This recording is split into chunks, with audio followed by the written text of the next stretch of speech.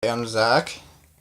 This is Vulcan Media. What we do here, we talk about comic books and movies and TV shows related to each other, and we discuss it here.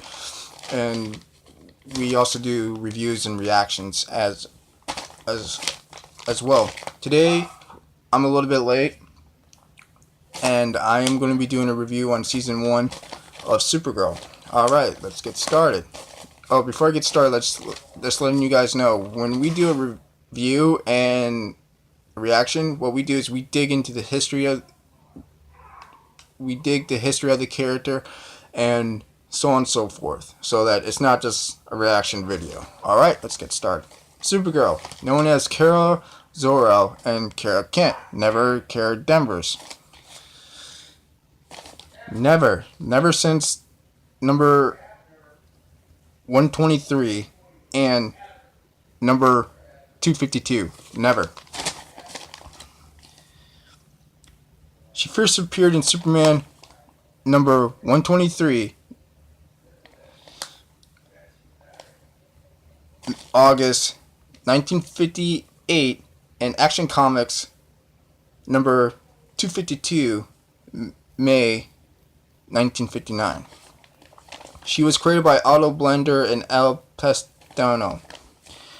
Kara Zor-El is older than her cousin Kal-El due to Einstein's theory of time. To Einstein, time is the fourth dimension of theory of the special relativity says that time slows down or speeds up depending on how fast you move relative to something else approaching the light of speed. A person in a spaceship would age much slower than his twin at home. In the show, in the graphic novels, Kara Zor-El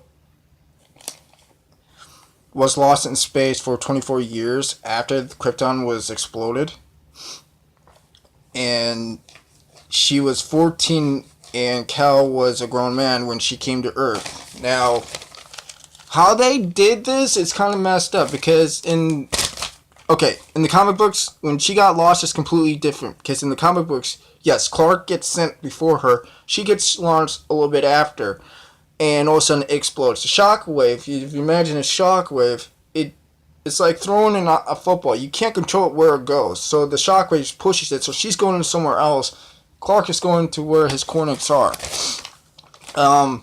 She does not go in the Phantom Zone. Because if you go in the Phantom Zone, you're stuck forever. Because that's a prison. That's like Alcatraz. I mean, come on. Since Kara is older than Clark, her powers are much greater than Clark's powers. Her power range, if Clark didn't train her properly how to use them, would be to the Fat Boy atom bomb. She's a walking nuke, okay? She is a complete walking nuke. She can destroy anything. So yeah, she's powerful. I mean, in the TV show, she's doing all this stuff, but in reality, since Superman's not training her how to use them, everyone's dead.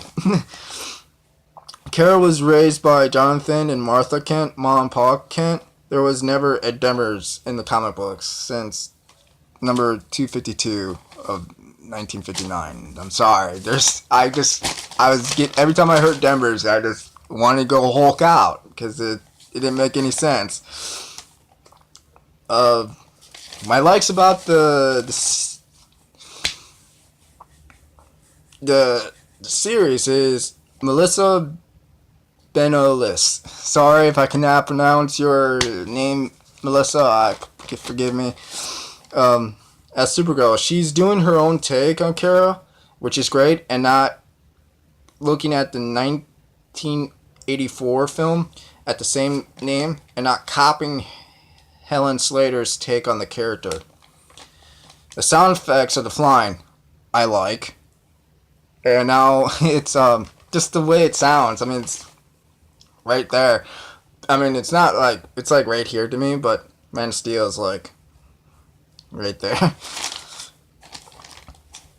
My dislikes is the suit. I'm sorry, but to me, I understand they are this is a reimagining. This characters take different looks. Get reimagined. But the suit, come on. I understand they're copying Snyder. They're doing this whole Snyder thing, but come on. I'm not a fan of the suit. I just don't dig it. I'm sorry. It's not me. The fact that they're giving her a sister. She doesn't have a sister. The only sibling she has is her cousin Cal and Cal's clone Con-El, Superboy. That's it. Nobody else. Kara never got trained or worked with the government or the DEO, aka the DEO. John Jones never trained her on flight coordination. It was old Kal-El. Martian Manhunter, aka John Jones, normally takes the form of Detective John Jones. Not Hank Hanshaw. Manhunter first appeared in Detective Comics number 225, November 1952. That right there is just so if you guys can look back at that comic book. So if you guys clear the comment and go at me, go ahead. Supergirl's base of operations is Metropolis, not National City. It doesn't exist in the DC universe. The heat vision is not blue. It's been red since Action Comics number 1, 1938, and Superman number 123 in Action Comics 252. And now Man of Steel and Batman vs. Superman, it's always been red. Jimmy Olsen first appeared in Action Comics number 6, November and December of 1941. He's male, 5'7". He's $150. He has green eyes and red hair. That does not fit the guy that plays Jimmy Olsen. I'm sorry. This Jimmy Olsen makes me like the guy who played Jimmy Olsen in Superman Returns a lot better, which I prefer much more.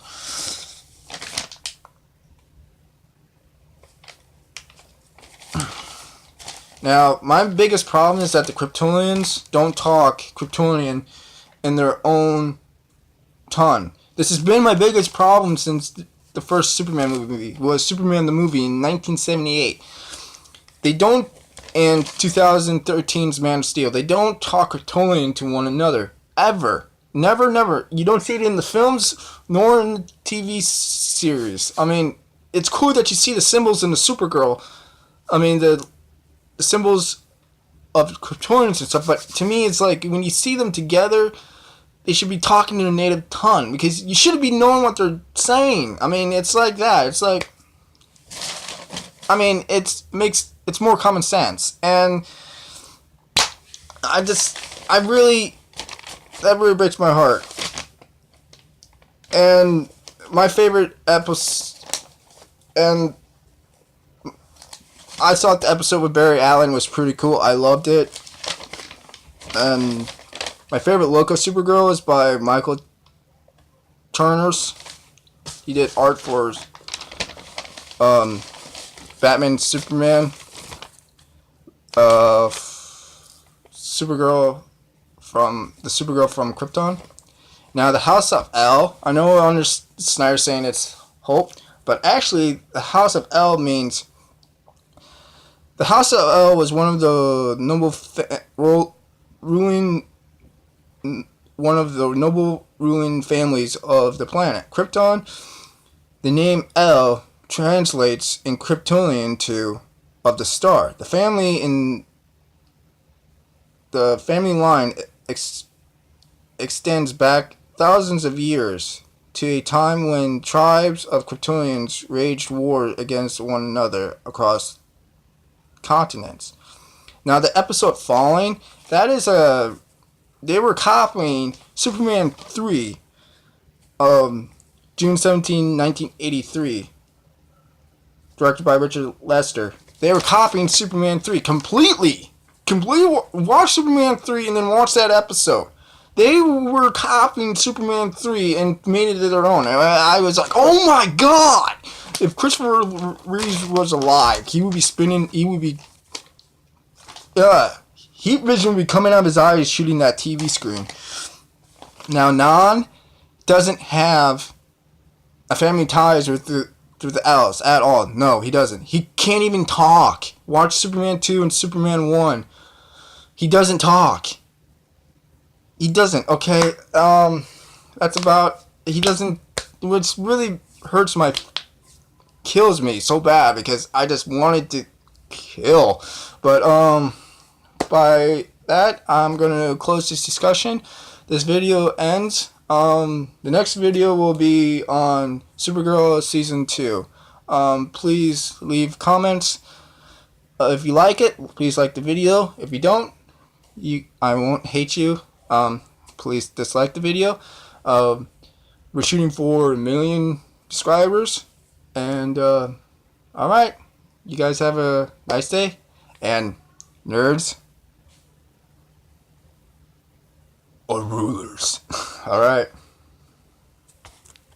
Bye. Have a good day.